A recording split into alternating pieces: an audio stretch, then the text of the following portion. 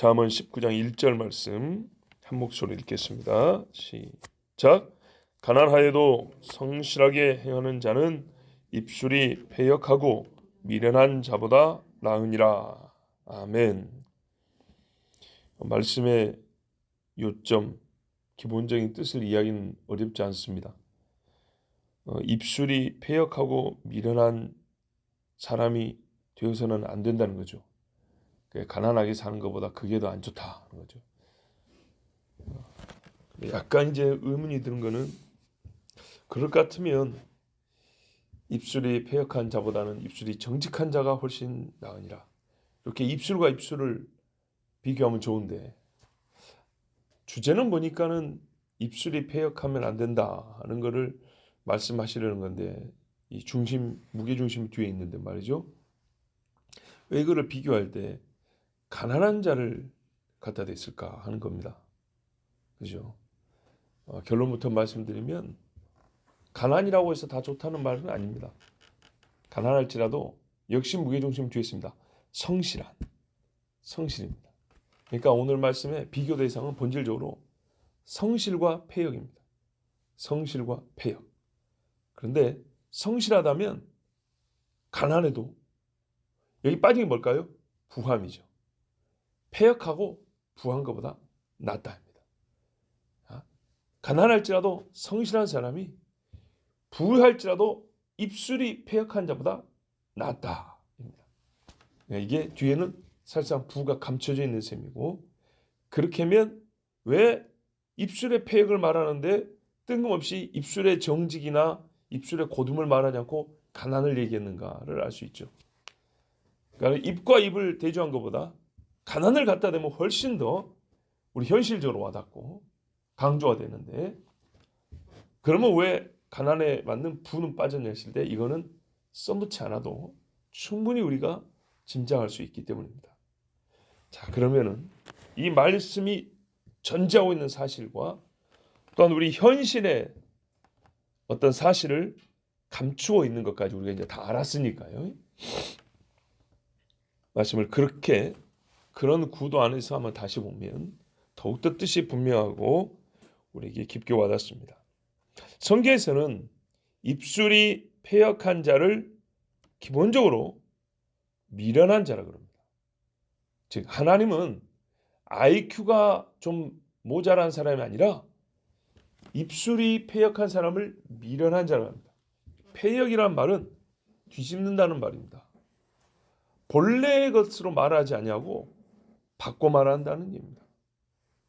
본래의 것을 허물어 버리고 맞지 않은 이야기를 하는 겁니다. 도리나 이치에 맞지 않는 얘기를 하는 겁니다. 여기 패역입니다. 그래서 이런 사람의 말을 이제 저의 편으로는 썩은 입을 가졌다 이렇게 표현하는데, 삐뚤어진 입이라고도 우리가 보통 하죠. 자, 이런 입을 가진 사람보다 사실은 자기 자신을 해롭게 하는 사람이 없어요. 말을 삐뚤게 한다잖아요. 그럼 어떻게 해요? 돌아요. 이게 삐뚤어지니까 결국 자기한테 오잖아요. 곧으면은 쫄이 나갈 거를 부메랑처럼 돌아온다고요.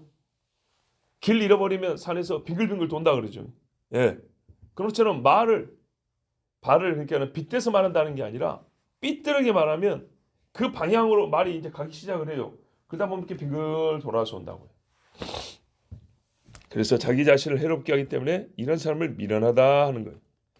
사람이 말로 살고 말고 죽는다는데, 이 사람은 도리에 어긋난 말을 하고 그 말이 결국 자기에게 적용되게 하기 때문에 자기 자신을 죽이고 해롭게 하는 자. 그래서 미련하다 그럽니다. 그런데요, 이 미련한 입을 가진 자가 보통 추구하는 바가 있어요. 겁나게 원하는 바가 있어요. 그게 뭐냐면 부함입니다. 부함. 네. 부를 위하여 입에서 썩은 내를 진동하고요, 이익을 위하여 옳지 않은 말인 줄 아는데도 합니다. 결국 그러면은 자기가 살까요, 죽을까요? 죽죠. 가룟 유다 같은 사람 봐보세요. 압살롬을 봐보세요. 거짓과 속임과 과장과 축소와 왜곡과 숨김으로 교묘히 사람의 의사를 변개시켜 전달하는 방식으로 자기 이익을 추구합니다. 내가 A라는 것을 통해서 이익을 얻고 싶어요. 그래서 증거를 모았는데 이 사람 저 사람 말을 들어보니까 내 마음에 맞는 말은 없어요. A 다시가 있고 A 다시가 있어요. 그럼 다시만 떼내면 A잖아요. 그래서 남의 말에서 뒤에 끄트머리만 몇 개 딱딱 잘라내버리고 누구도 나와 뜻이 같고 누구도 나와 뜻이 같고 이렇게 해서 말을 유통을 시켜버려요. 이렇게. 그럼 어떻게 되죠? 나는 굉장히 큰 지지를 받는 사람이죠. 그러나 이게 바로 하나님이 지금 입술이 패여가다고 말하는 류의 전형적인 실제입니다. 왜 이렇게 말하냐? 자기 이익 때문이에요. 결코 입술이 패역한 사람은 자기 손해를 감수하거나 자기 부인, 자기 낮춤 한치도 허락하지 않습니다. 나를 낮추고 나를 부인한다 하지만 행여나 내가 낮춰주고 내가 남들 뒤에 서고 부인당하는 그런 사람이 될까? 말을 조금씩 바꿔서 전달하고 사람들 앞에 알립니다. 이거는 아주 위험한 겁니다. 그 결과 어떤 일이냐면 그 참 능한 말재주로 인하여 부를 얻을 수는 있어요. 명성을 얻을 수도 있어요. 힘을 가지게 될 수도 있어요. 그런데요, 하나님이 그래서 뭐라면 아무것도 아니라고 말씀한 거예요. 많이 얻었으니까 된 거 아니에요? 근데 하나님이 미련한 자라고 했기 때문에 네가 보기에는 많이 됐지. 내가 보기에는 아무것도 아니다. 이게 하나님 말씀이에요. 가난한 자보다 못하다는 거예요. 네, 한마디로 그거는 가난한 자보다 못하대요. 자, 여러분, 가난한 자 어떤 사람입니까? 돈이 없지요. 그런데 그렇게 하면 조금 우리가 현실감이 부족하고요. 현실적으로 말하면 돈이 없기 때문에 발생한 여러 가지 고통을 얘기를 해봐야 됩니다. 뭐 그걸 다 말하기는 어렵고 우리가 몇 가지만 생각해봐도요. 가난한 사람은요. 우리가 엊그저께도 봤지만 가난한 사람은 굽신거리며 말을 한다 그랬어요. 부한 자는 엄하게 말을 한다 그랬어요. 항상 남한테 뭐 종이나 된 것처럼 공식적으로는 종이 아니지만 종된 것처럼 굽신거려야 돼요. 자기 주장이 있어도 말을 못해요. 희한하게 가난하면 어디 가서 말을 못해요. 또 가난한 데다가 남한테 미움받으면 이거는 살 방법이 없어요.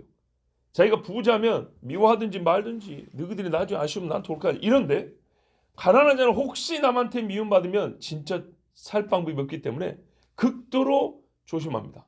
그러니까 사람이 비굴해질 수가 있어요. 근데 누가 그렇게 살고 싶겠습니까? 근데 이게 가난 때문에 발생하는 일들이에요. 마음이 그래서가 아니고 그러니까는 본래 훈련된 성품이 아니라 자기 낮춤이 습관이 돼야 돼요. 그러니까 이게 이제 좋은 의미에서 습관이 되면 나중에도 자기가 부해져도 겸손하게 사는데 그렇지 않으면 이게 뭐가 될까요? 앙심이 되죠. 내가 옛날에 가난해가지고 이렇게 비굴하게 살았는데 이제 맛 좀 봐라. 이렇게 나오는 거예요. 또 진짜 중요한 거는 먹을 것, 누울 자리 찾느라고 극도의 스트레스와 두려움과 걱정 속에 살아야 돼요. 이런 게 가난이에요. 좋습니까? 근데 이게 더 낫대요. 입술이 패역한 것보다 이게 더 낫대요. 차라리 남한테 굽신거려서 할 말 있어도 내가 가난하기 때문에 말 못하는 게 낫대요. 그런데 가난한 자가 모두 다 이렇게 선한 자냐?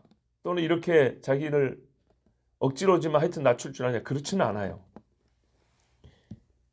부의 욕심이 있기 때문에 부해지고 싶고 가난을 벗어나고 싶어서 불의한 일을 찾아 행하는 일도 많아요. 엄청나게 많아요. 그러므로 가난할지라도 본문에 성실한 자로 말한 거예요. 가난을 벗어나기 위해서 어리석은 짓을 하는 사람은 똑같기 때문에 그런 사람은 나을 것이 살상 없고요. 성실한 자. 성실은 뭘까요? 성실. 성경에 물론 번역이고 한자 표현인데 이 한자 표현이 참 중요합니다. 신실하심, 성실하심이 있어요. 이거 어떻게 구분하십니까? 같은 말인데 좀 다르게 쓴 건가요? 사실 비슷하죠. 비슷하죠. 근데 굳이 구분하자면 신실은 실이라는 말이 꽉 차 있다는 말이거든요. 믿음이 꽉 차 있다. 자, 어떤 말을 했어요. 시작됐죠, 말이. 결국 끝을 맺어요. 이 말이 여기서도 보니까 진짜고 여기서도 보니까 진짜예요. 한 번 말한 거를 중간에 바꾼 거나 축소나 왜곡이나 뭐 이런 거 없이 변기 없이 때가 되면 그 말이 그대로 여전히 있다는 거예요. 하나님이 한 번 약속하신 것은 하나님이 반드시 이루신다.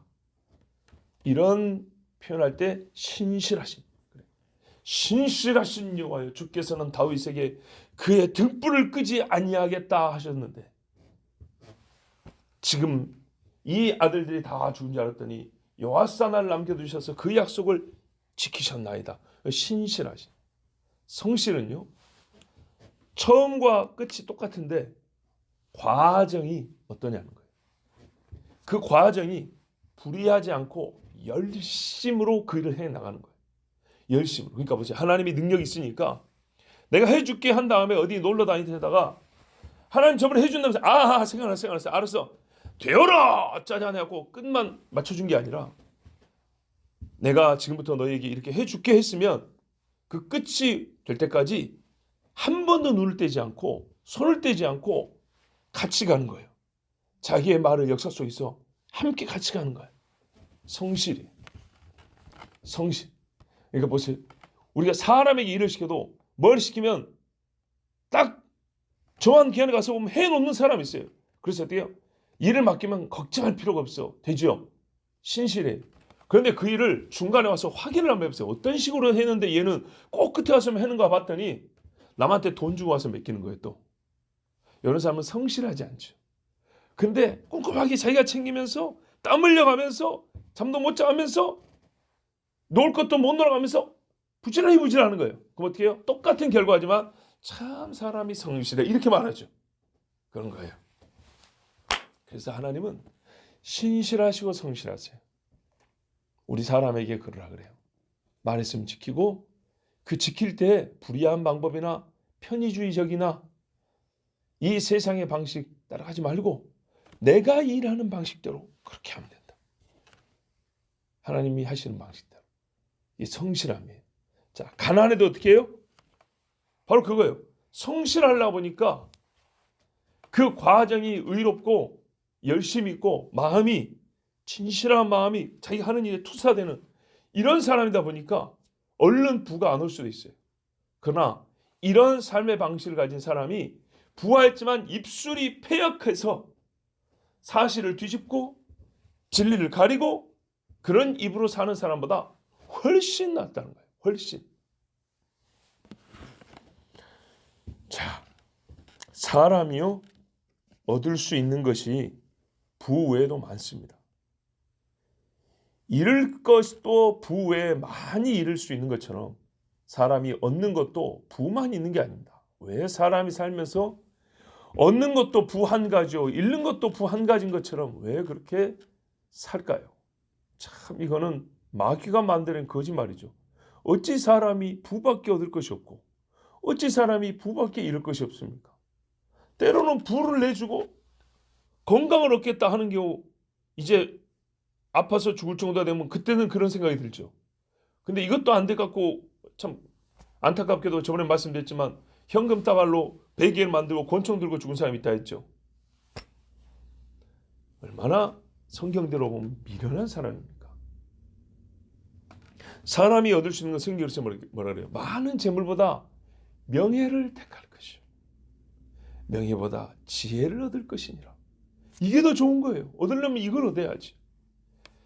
지혜를 가진 사람은요, 자기 돈 쓸 필요가 없어요. 아주 현실적으로 말해볼까요? 지혜로운 사람은 남들이 자기 돈 써가면서 그의 지혜로운 사람한테 할 거 다 해줍니다. 그러니까 부를 굳이 추구할 필요가 없어요. 우리가 흔히 한 말로 지혜는 아니지만 세상에 지식이 많은 사람도 뭐라 그래요?